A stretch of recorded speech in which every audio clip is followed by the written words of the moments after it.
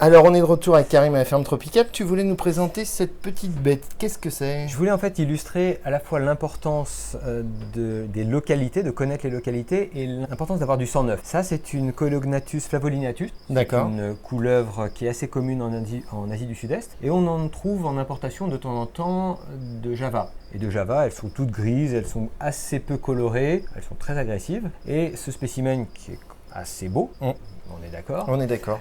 C'est un mâle adulte qui a été importé du Vietnam. Donc la souche est d'une part fraîche, il n'y a pas de consanguinité. Et les animaux du Vietnam ont une coloration complètement différente, d'où l'importance d'avoir une localité précise sur ces animaux. Et aussi pour les terrariophiles qui disent oui mais moi je veux jamais d'animaux sauvages, il n'y a aucun problème avec ça, mais parfois on a besoin d'avoir du sang neuf, on a besoin d'avoir des souches et cet animal illustre un potentiel génétique pour la thérophile dans les années à venir. Pour l'instant, on trouve encore ces animaux importés du Vietnam ou d'Indonésie. Ça ne durera pas, c'est plutôt un bien, mais il faut... Pour renouveler un peu le... il faut assurer des souches pendant qu'on le peut. Etc. Ouais. Depuis combien de temps on n'a pas vu de gécoléopards sauvages et on a des gécoléopards qui parfois tournent sur eux-mêmes ou ont peur de la lumière. Oui, exact. Donc, il y avait une phase sur le gecko qui était... Enigma qui tourne sur lui-même. Mais on a ça avec les Python Regius spider, donc on a ça avec beaucoup d'espèces potentiellement. Donc c'est vrai qu'acclimater un animal sauvage, c'est pas forcément simple.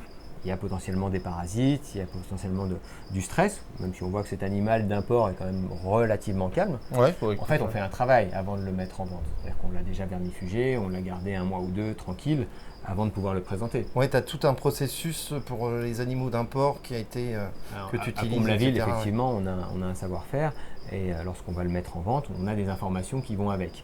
Mais il ne faut pas cracher sur l'ensemble de ce process en disant c'est pas bien. C'est effectivement pas bien quand ça remplace des animaux d'élevage. Est-ce que faire l'acquisition d'un jeune Pantherophis guttatus albinos ou ça, lequel est mieux? Si on débute, c'est clairement un Pantherophis guttatus. Mais pour les gens qui veulent se donner la peine, il y a un vrai intérêt à avoir des animaux traçables et relativement purs génétiquement, pas d'hybrides. On pourrait citer des sous-espèces qui ont été complètement croisées, l'élaphe Berdi, l'élaphe Rosaleni aux États-Unis. L'homme a fait des routes et le Rosaleni s'est hybridé naturellement avec l'Obsoleta, l'Habitat.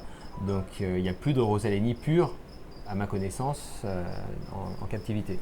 D'où l'importance justement de conserver un cheptel et de savoir ce que l'on a et ce que l'on en fait. Et tu fais de l'import régulièrement ou c'est Alors c'est assez difficile maintenant de trouver des animaux d'import. Très honnêtement, il n'y a plus beaucoup de pays qui exportent.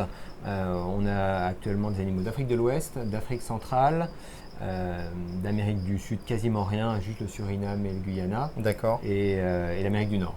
Voilà actuellement un petit peu tout ce que l'on peut trouver. C'est vrai que c'est assez joli. T'en dis quoi toi, Yuri? Joli, ouais. Eh ben c'est vendu.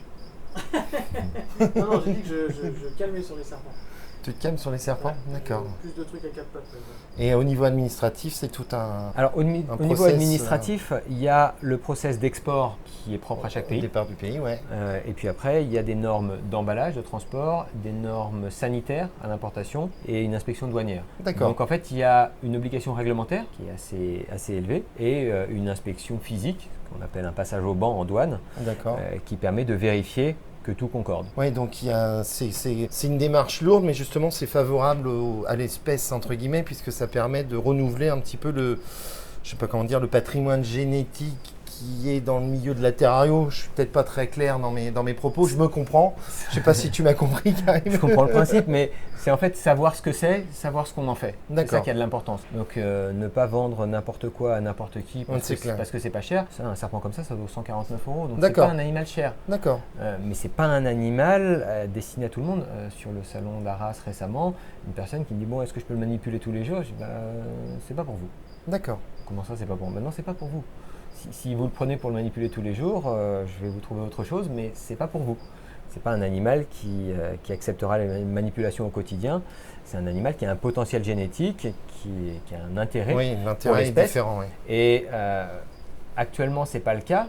Mais moi, je considère que les animaux sauvages devraient coûter beaucoup plus cher que les animaux d'élevage et être réservés qu'à des gens avec de l'expérience. Oui, oui. Donc les animaux sauvages ne devraient servir qu'à la reproduction. Oui, Dans un monde si idéal. on suit, oui, ta logique.